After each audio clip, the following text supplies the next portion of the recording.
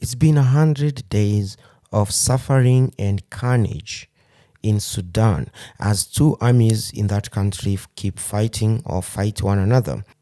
It is this infighting or the fighting between these two armies that has led a lot of experts to speculate that Sudan could be split once again into two new countries. Definitely, it's not the first time. Initially, Sudan was the largest country in Africa by land or geographical region. But then in 2010, it was split into two countries, the South Sudan and the current Sudan, the one that is fighting. And today they are fighting again. And there's fears that the only way to end this stalemate is to split the country once again into two new countries.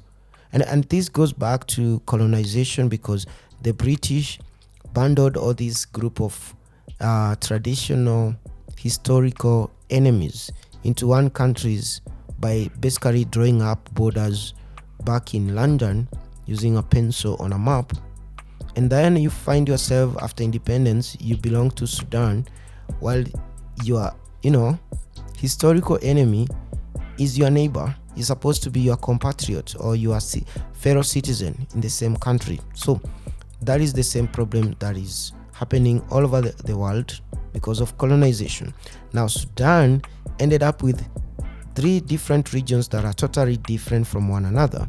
In the northeast, you have Khartoum and other cities there along the River Nile that are predominantly Muslim and predominantly Arabic or Arabs. And in the south, you had these Nubians who are Christians, and that's why they had to fight a 30-year-old war. And eventually in 2010, they succeeded in seceding and forming an independent country. But the same problem now continued in the other Sudan, the remaining Sudan, because the western part of that Sudan is the region we call the Darfur region. And that region borders the Central African Republic and to an extent countries like Chad and Cameroon.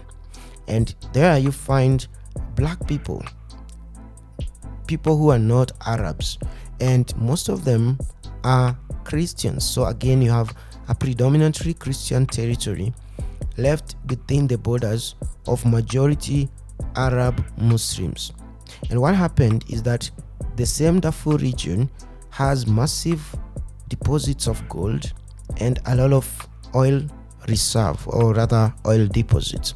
So the remaining Sudan, which now has Arab rulers in Khartoum, started now exploring these resources from Darfur and committing atrocities to move the inhabitants, the black inhabitants of Darfur region from their own ancestral land. The natives there were moved using the gun.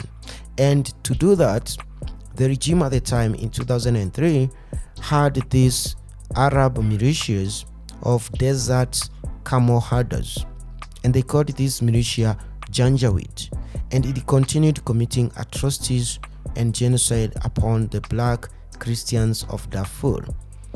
Back in 2010, after almost 7 years of that operation, they were renamed into RSF, or Rapid Support Forces, and given the mandate to oversee resource extraction from Darfur, and particularly gold.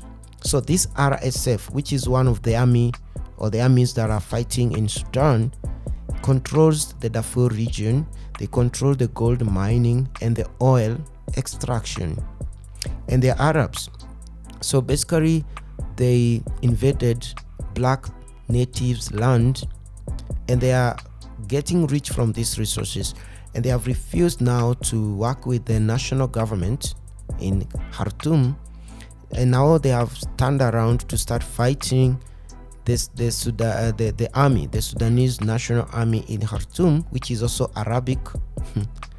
And they have gone back to Darfur and recruited black kids, black people there to join them so that they can fight the rulers from Khartoum, the rulers who are considered rich people who own lands along the River Nile. Because in Sudan, since it's a desert country like Egypt, owning land along the banks of the river makes you the richest person in that country.